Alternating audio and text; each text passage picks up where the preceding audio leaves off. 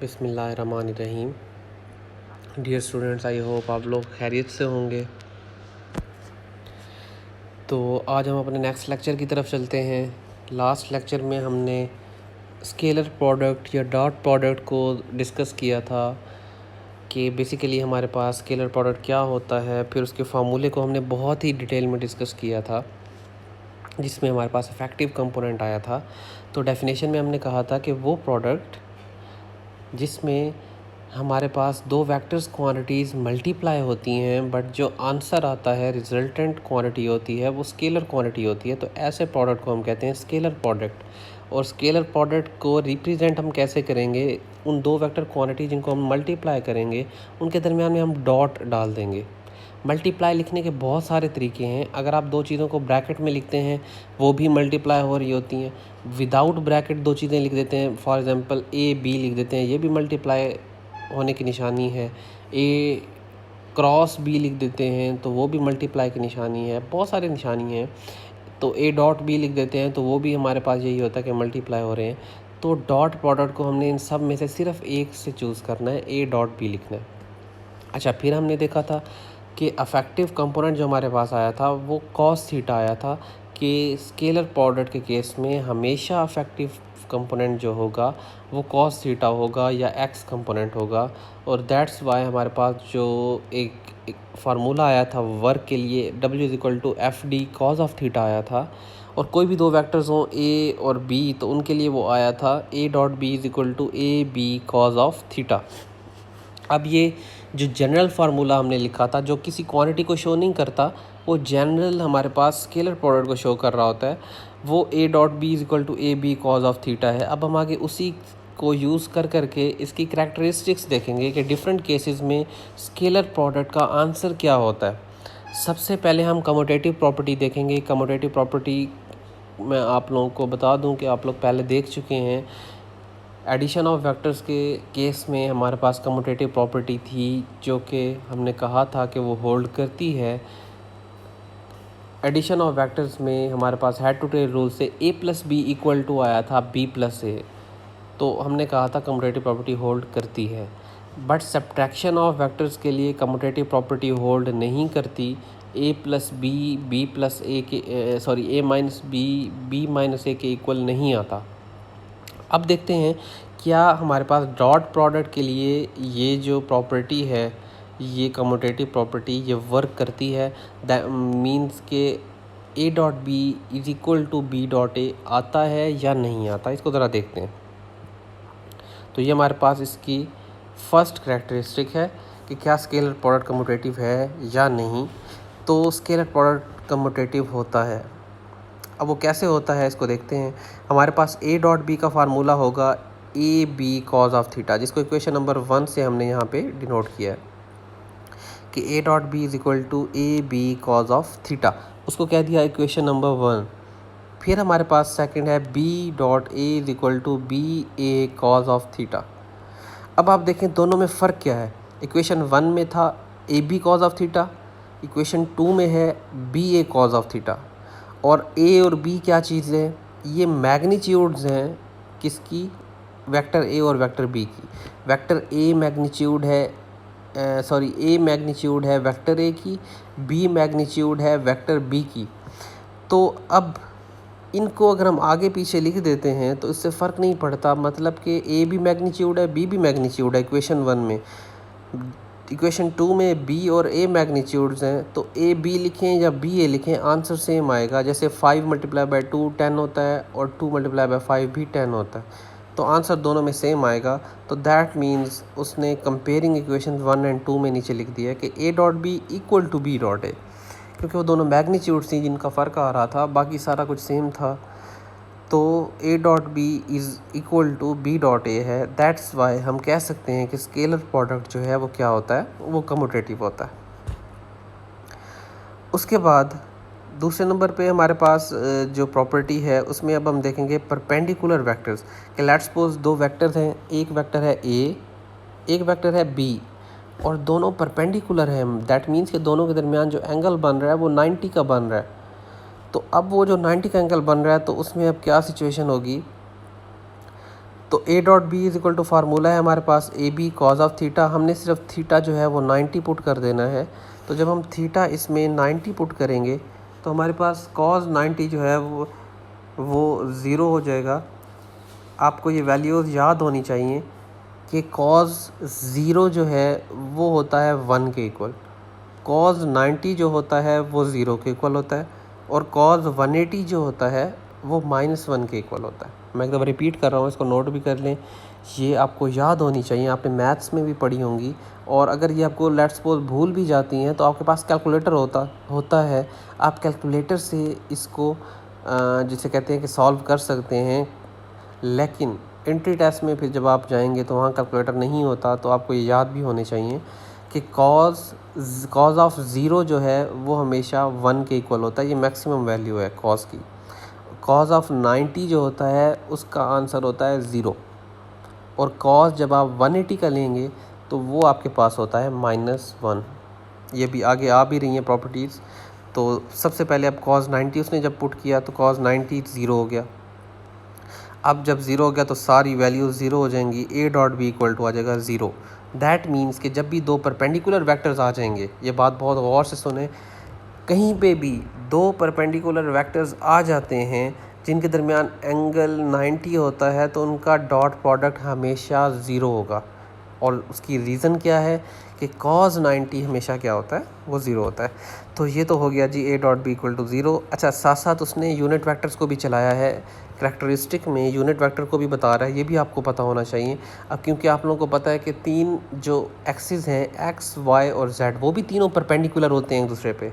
अगर x axis पे जो यूनिट वेक्टर था वो था आई कैप, वाई एक्सिस पे जो यूनिट वेक्टर था वो जे कैप था, और जेड एक्सिस पे जो यूनिट वेक्टर था वो के कैप था, तो वो भी एक दूसरे पे परपेंडिकुलर ही होते हैं। आई और जे परपेंडिकुलर होते हैं, जे और के परपेंडिकुलर होते हैं, के और आई परपेंडिकुलर होते हैं। तो इनमें से जब भी दो परपेंडिकुलर वेक्टर्स का हम डॉट प्रोडक्ट लेंगे तो वो 0 आएगा।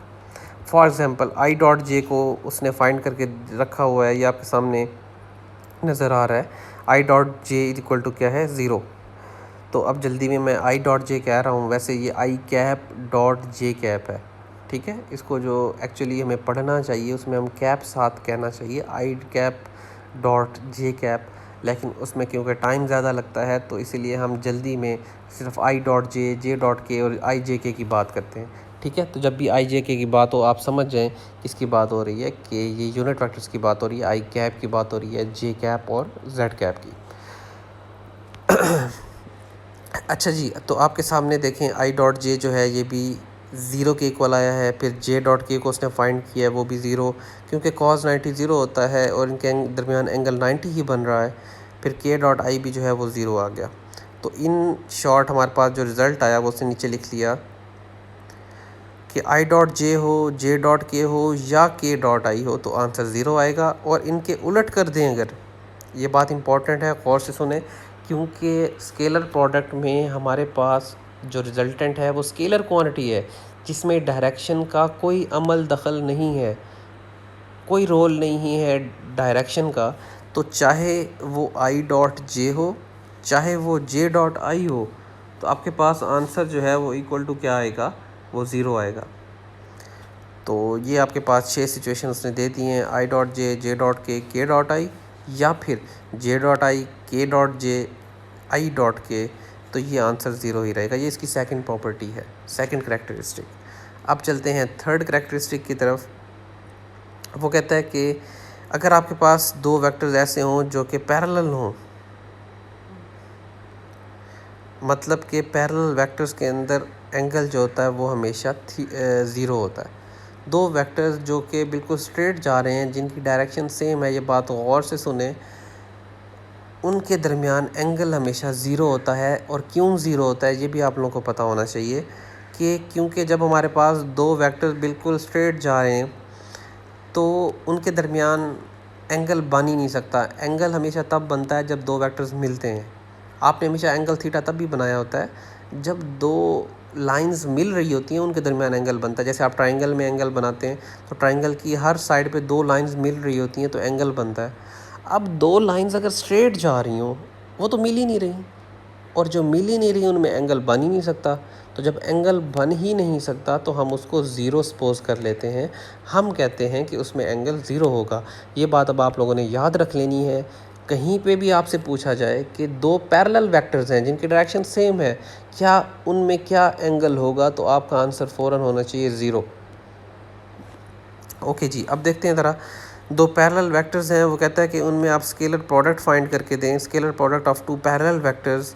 तो उसमें सिंपल कर क्या दिया है उसने थीटा की जगह ज़ीरो पुट कर दिया, क्योंकि पैरेलल वेक्टर्स में थीटा जो होता है वो ज़ीरो होता है। अब A dot B is equal to A B cos of zero हो गया, cos of zero equal to होता है 1, तो A dot B equal to हो गया ए बी। तो ये हमारे पास प्रोडक्ट होगा। ये सारे आपको क्यों करके दिखाए जा रहे हैं, आपको ये भी पता होना चाहिए। ये इसलिए करके दिखाए जा रहे हैं कि अब आगे आपकी लाइफ में आप जितनी फ़िज़िक्स पढ़ेंगे, बहुत सारी जगहों पे वेक्टर्स आएंगे। आप जहाँ पे भी दो पैरेलल वेक्टर्स आ जाएंगे तो आपको फ़ौरन से पता होना चाहिए कि उनका आंसर क्या होगा। कहीं पे भी दो परपेंडिकुलर वेक्टर्स आ जाएंगे तो आपको फाइंड ना करना पड़े, आप झट से फ़ौरन से बता दें कि ये आंसर है जी। परपेंडिकुलर वेक्टर्स हैं, इनका डॉट प्रोडक्ट लेना है, वो ज़ीरो होगा। पैरेलल वेक्टर्स हैं, इनका डॉट प्रोडक्ट लेना है तो वो इक्वल होगा उनकी मैग्नीट्यूड्स के मल्टीप्लिकेशन के equal. For example A dot B का अगर आपने स्केलर प्रोडक्ट लेना है और ए और बी पैरेलल वेक्टर्स हैं, लेट्स सपोज दोनों वेक्टर्स पैरेलल हैं जो भी दिए गए हैं आपको, तो उनका आंसर होगा is equal to A B. मतलब कि ए पहले वेक्टर की भी मैग्नीट्यूड, दूसरे वेक्टर की भी मैग्नीट्यूड, उनको मल्टीप्लाई कर देंगे, आंसर आ जाएगा। नेक्स्ट कैरेक्टरिस्टिक की तरफ चलते हैं। अच्छा, नेक्स्ट कैरेक्टरिस्टिक से पहले उसने यूनिट वेक्टर्स को भी यहाँ पे तीसरी प्रॉपर्टी में भी ऐड किया है कि अब जैसे आई वेक्टर है, उसका आई के साथ ही हम अगर डॉट प्रोडक्ट लें, जैसे हमारे पास दोनों वेक्टर ही आई हैं एक्स वाले, तो उनकी डायरेक्शन दोनों की सेम होगी, तो सेम डायरेक्शन है, तो दैट मीन्स वो पैरेलल वेक्टर्स हैं। तो उनके दरमियान जो हमारे पास आंसर आएगा वो आई डॉट आई के इक्वल टू होगा आई इंटू आई, और आई की मैग्नीट्यूड 1 होती है। आपको पता है यूनिट वेक्टर की मैग्नीट्यूड हमेशा क्या होती है, 1, तो मैग्नीट्यूड इसकी 1, I dot I is equal to 1 आ जाएगा। Same like that J dot J is equal to 1 और के डॉट के इक्वल टू 1 आ जाएगा। ये से नीचे समराइज़ करके लिख दिया है कि I dot I is equal to J dot J is equal to K dot K is equal to क्या आ जाएगा, 1 आ जाएगा, क्योंकि इन सब में थीटा ज़ीरो होगा, ये पैरेलल वेक्टर्स हैं। फिर नेक्स्ट जो हमारे पास है इसकी कैरेक्टरिस्टिक वो है कि scalar product of two anti parallel vector. Anti parallel vector का मतलब है जिनकी डायरेक्शन अपोजिट हो। अब ये भी आपने याद रखना है कि जब भी एंटी पैरेलल वेक्टर्स आ जाएंगे उनके दरमियान एंगल बनेगा 180 डिग्री। 180 डिग्री क्यों बनेगा, जैसे आप देखते हैं कि एक एक्स एक्सिस है, एक एक्स प्राइम है, negative x axis. X axis right side की तरफ है तो negative x axis left side की तरफ है, दोनों की डायरेक्शन अपोजिट हैं एक दूसरे के, एंटी पैरेलल वेक्टर्स हैं ये। तो इन दोनों के दरमियान एंगल कैसे बनेगा, इन दोनों को आप अगर मिला दें, जैसे एक्स एक्सिस और नेगेटिव एक्स एक्सिस ओरिजिन पे मिला होता है, ओरिजिन पे अगर एंगल फाइंड करें तो हमेशा 180 आएगा। तो दो एंटी पैरेलल वेक्टर्स के दरमियान जो एंगल होता है वो 180 डिग्री होता है। तो अब आप बड़ी इजीली इसका डॉट प्रोडक्ट फाइंड कर सकते हैं। A dot B equal to A B cos of theta, theta की जगह 180 पुट करें और कॉज 180 जो है वो -1 के इक्वल आता है, तो आपके पास A dot B equal to आ जाएगा -AB। दैट मीन्स कि आपके पास जब भी एंटी पैरेलल वेक्टर्स होंगे तो आंसर आएगा -AB। और ये माइनस क्या शो कर रहा है, ये माइनस यही शो कर रहा है कि जो ए और बी वेक्टर्स हैं बेसिकली उनकी डायरेक्शन एक दूसरे के अपोजिट है, उनकी डायरेक्शन अपोजिट है। उसके बाद ये नेक्स्ट फिफ्थ जो करेक्टरिस्टिक है वो है सेल्फ प्रोडक्ट, कि एक वेक्टर का अपने ही साथ प्रोडक्ट ले लें। अगर हम जैसे ए वेक्टर है, ए का प्रोडक्ट ए के साथ ही, तो वो भी पैरेलल वेक्टर वाला केस बन जाएगा, क्योंकि जब ए वेक्टर की डायरेक्शन जिधर है दूसरे ए की भी डायरेक्शन उधर ही होगी। तो ए डॉट ए जब आप लेंगे तो उसमें थीटा जो है वो ज़ीरो पुट किया, क्योंकि ये पैरेलल वेक्टर्स हैं, और थीटा ज़ीरो जो होता है वो कॉस ज़ीरो जो है वो 1 के इक्वल होता है। तो A dot A is equal to A square आ जाएगा। जैसे हमारे पास ए डॉट बी जो था पैरेलल वेक्टर्स के केस में वो इक्वल टू आया था ए बी, उसमें ए की मैग्नीट्यूड और बी की मैग्नीट्यूड थी। अब यहाँ पे तो दोनों ए हैं, तो ए की मैग्नीट्यूड इंटू ए की मैग्नीट्यूड है, जिसको मल्टीप्लाई किया तो ए स्केयर बन गया। तो ये सेल्फ प्रोडक्ट है। उसके बाद लास्ट करैक्टरिस्टिक जो है इसकी वो बहुत इजी है, थोड़ी लेंथी है लेकिन इजी है। ये मैं आपको इसका टास्क दे रहा हूँ, होमवर्क भी दे रहा हूँ, ये आप लोगों ने ख़ुद से सॉल्व करनी है। मैं आपको समझा देता हूँ ये क्या चीज़ है।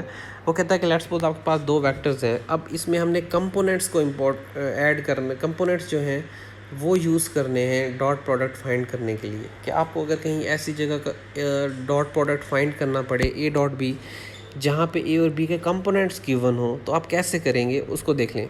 एक दफ़ा ये सॉल्व कर लेंगे तो एक फार्मूला आ जाएगा, फिर हर जगह वो फार्मूला इस्तेमाल करेंगे हम। लेट्स सपोज ए वेक्टर है आपके पास ए x I plus A Y J plus A Z के, और बी वेक्टर है बी एक्स आई प्लस बी वाई जे प्लस बी जेड के।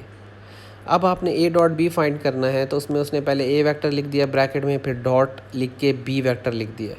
अब इनको आपने मल्टीप्लाई करना है। अब इनको मल्टीप्लाई कैसे करना है, जैसे आप छोटी क्लासेस में पहले मल्टीप्लिकेशन करते रहते हैं। अगर हमारे पास दो ब्रैकेट आ जाएं, जैसे ए प्लस बी है और आगे ब्रैकेट हो सी प्लस डी, और इनको मल्टीप्लाई करना हो, तो आप कैसे करेंगे। अब पहले ए प्लस बी में से जो ए होता है उसको मल्टीप्लाई करेंगे दूसरी ब्रैकेट के सी के साथ भी और दूसरी ब्रैकेट के डी के साथ भी। फिर पहली ब्रैकेट का जो बी होगा उसको दूसरी ब्रैकेट के सी के साथ भी, दूसरी ब्रैकेट के डी के साथ भी। दैट मीन्स कि आपने पहली ब्रैकेट में जो आपके पास फिगर्स हैं उनको बारी बारी सेकंड ब्रैकेट वाले सारे फिगर से मल्टीप्लाई करना है। और यही काम इसने यहाँ पे किया। जैसे आपके सामने ये जो बनी हुई है इसमें से मैं आपको समझाता हूँ कि फ़र्स्ट ब्रैकेट है ए x I plus A Y J plus A Z के, और सेकंड ब्रैकेट है बी एक्स आई प्लस बी वाई जे प्लस बी जेड के। तो फर्स्ट ब्रैकेट में फ़र्स्ट जो है आपके पास वो है ए एक्स आई कैप। इस ए एक्स आई कैप को उसने पहले मल्टीप्लाई किया बी एक्स के साथ नेक्स्ट ब्रैकेट के, फिर उसने इसको मल्टीप्लाई किया बी वाई जे के साथ, फिर उसने इसको मल्टीप्लाई किया बी जेड के साथ। तो तीन आपके पास आंसर आ गए, वो उसने पहली लाइन में लिख दिए। फिर उसने ए वाई जे को मल्टीप्लाई किया बी एक्स आई के साथ, फिर उसने ए वाई जे को मल्टीप्लाई किया बी वाई जे के साथ, और फिर उसने ए वाई जे को मल्टीप्लाई किया बी जेड के साथ। तीन आंसर और आ गए। सेम इस तरह से एंड में ए जेड के को मल्टीप्लाई किया तो तीन आंसर और आ गए। 9 एंट्रीज़ आपके पास बन जाएंगी, 9 आंसर आएंगे जो उसने 3 लाइनों में लिख दिए। अच्छा, एक बात का ख्याल रखना है, क्योंकि यहाँ पे ए एक्स आई जो है इसमें ए एक्स मैग्नीट्यूड है और आई कैप जो है वो डायरेक्शन है। तो जब आपने मल्टीप्लाई करना है तो मैग्नीट्यूड को मैग्नीट्यूड से मल्टीप्लाई करना है और डायरेक्शन को डायरेक्शन से। फॉर एग्ज़ाम्पल ए एक्स आई और बी एक्स आई को जब मल्टीप्लाई किया है तो इसमें ए एक्स को बी एक्स से मल्टीप्लाई करके उसने लिख दिया है ए एक्स बी एक्स, और ए एक्स के साथ भी आई कैप था, बी एक्स के साथ भी आई कैप था, तो ब्रैकेट में उसने लिख दिया आई डॉट आई। तो ये बात आपने यहाँ पे जहन में रखना है कि मैग्नीट्यूड्स को भी आपस में मल्टीप्लाई करना है, यूनिट वेक्टर्स को अलहदा ब्रैकेट में मल्टीप्लाई करना है और मल्टीप्लाई डॉट में करना है। मतलब क्योंकि हम डॉट प्रोडक्ट स्टडी कर रहे हैं और वो आप पहले पढ़ चुके हैं। कहीं पे आई डॉट आई आएगा, कहीं पे जे डॉट जे आएगा, कहीं पे के डॉट जे आएगा। ये पीछे हम तीनों प्रॉपर्टीज़ के अंदर ये चीज़ पढ़ चुके हैं। तो जब आप फाइनल आपका आंसर जो है वो आएगा A dot B equal to A X B X plus A Y B Y plus A Z B Z. बाकी टर्म्स कैंसिल हो जाएंगी क्योंकि परपेंडिकुलर वेक्टर्स में डॉट प्रोडक्ट ज़ीरो होता है। तो आई डॉट जे ज़ीरो हो जाएगा, आई डॉट के भी ज़ीरो हो जाएगा। दूसरी लाइन में जे डॉट आई भी ज़ीरो हो जाएगा, जे डॉट के भी ज़ीरो हो जाएगा, क्योंकि ये परपेंडिकुलर वेक्टर्स हैं। पीछे लिखे हुए भी हैं, आपने वहाँ से देख लेने हैं बेशक जो टेबल था। तो इन द एंड आपके पास सिर्फ 3 आंसर बचेंगे। एक आंसर आएगा आई डॉट आई वाला पहली टर्म, एक आपके पास आएगा 5वीं टर्म ए वाई बी वाई वाली, और एक लास्ट आएगी ए जेड बी जेड वाली। तो ये आपके आंसर आएगा A dot B equal to A X B X plus A Y B Y plus A Z B Z. जब भी अब ऐसी सिचुएशन आए जहाँ पे आपको ए वेक्टर दिया हो और बी वेक्टर दिया हो और उनके कंपोनेंट्स दिए हों और आपसे कहा जाए कि आप डॉट प्रोडक्ट फाइंड करें, तो आंखें बंद करके ये फार्मूला अप्लाई कर लेना है। पहले ए का एक्स कंपोनेंट बी का एक्स कंपोनेंट मल्टीप्लाई प्लस ए का वाई कंपोनेंट बी का वाई कंपोनेंट प्लस ए का जेड कंपोनेंट बी का जेड कंपोनेंट, ये बेसिकली हमारे पास डॉट प्रोडक्ट हो जाएगा। नीचे फिर जो इक्वेशन लिखे हैं ये आप लोगों ने समझ ली होंगी। ए डॉट बी को हम A B cos of theta लिख सकते हैं, वो लेफ्ट हैंड साइड पे आ गया, राइट हैंड साइड पे A B cos of theta आ गया इक्वेशन 1 का। और इक्वेशन 1 का राइट साइड पे आ गया ए X B X plus A Y B Y plus A Z B Z. फिर इसमें से वो कहता है कि अगर कॉस थीटा फाइंड करना हो तो ए बी जो लेफ्ट हैंड साइड पे है वो दूसरी साइड पे जाके डिवाइड हो जाएगा, और थीटा निकालना हो तो कॉस उधर जाके इन्वर्स हो जाएगा। तो आप बहुत आसानी से थीटा भी निकाल लेंगे ऐसी सिचुएशन में। तो ये थी जी करैक्टरिस्टिक, इनको एक दफ़ा आपने रिवाइज़ करना है, और स्पेशली छठी करैक्टरिस्टिक है इसको आपने अपने हाथ से मल्टीप्लाई करना है, और फिर कोई क्वेश्चन हो तो आपने पूछना है। आज के लिए इतना काफ़ी है, इंशाल्लाह नेक्स्ट लेक्चर में हम स्केलर प्रोडक्ट देखेंगे। थैंक यू, अल्लाह हाफिज़।